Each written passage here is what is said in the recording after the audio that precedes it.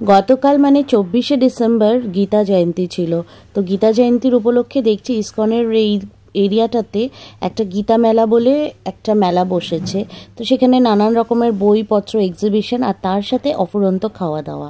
আর যেখানেই খাওয়া দাওয়া সেখানেই আমরা মানে আমার এই নান্না মুন্না দুটো আগে এগিয়ে থাকবে। তো তাদের সাথে সাথে আমিও খেলাম। আর এই দেখো 25শে ডিসেম্বর আর কেক হবে না তাই কি কখনো হয়? তো এখানে দেখেছো। আর একটা কথা বলে দিই, এইগুলো কিন্তু সমস্তটাই পুরো পিওর ভেজিটেরিয়ান। কে বলে যে ভেজিটেরিয়ান ফুডস আর বোরিং? একদমই না।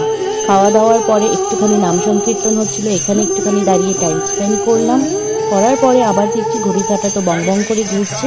ওইদিকে আমাদের মঠেতে মহাপ্রসাদ খাওয়ার টাইম হয়ে যাচ্ছে, তো সেই দিকেও যেতে হবে। তো এখানে খানিকক্ষণ দাঁড়িয়ে সোজা মঠের দিকে চলে যাবে।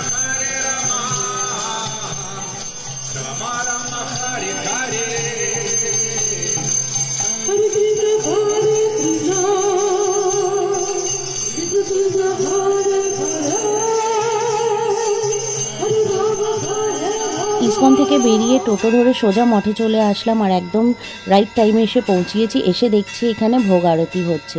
তো যাকগে ভোগ আরতিটা দর্শন করার সাথে সাথে ঠাকুরের দর্শন এখানেও করতে পারলাম ভালো করে।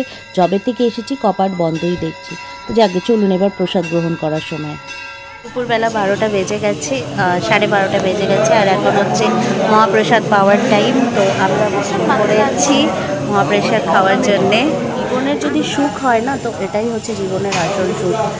ঠাকুরের সাথে টাইম স্পেন্ড করা মানে ঠাকুরের সাথে সাথে ঘুমাতে যাওয়া, ঠাকুরের সাথে সাথে ঘুম থেকে ওঠা, আর ঠাকুরের সাথে সামনে বসে প্রসাদ পাওয়া, সাধু সেবা, বৈষ্ণবদের সাথে বসে, মানে এর থেকে ভালো মনে হয় না জীবনের কিছু হতে পারে। তো এত বছর যা করেছি সেটা মনে হচ্ছে পুরো ওয়েস্ট।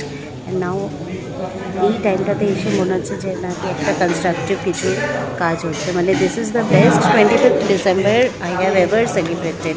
মানে এত ভালো লাগছে, সেই বলে বোঝানো যাবে একদম ভাবেই।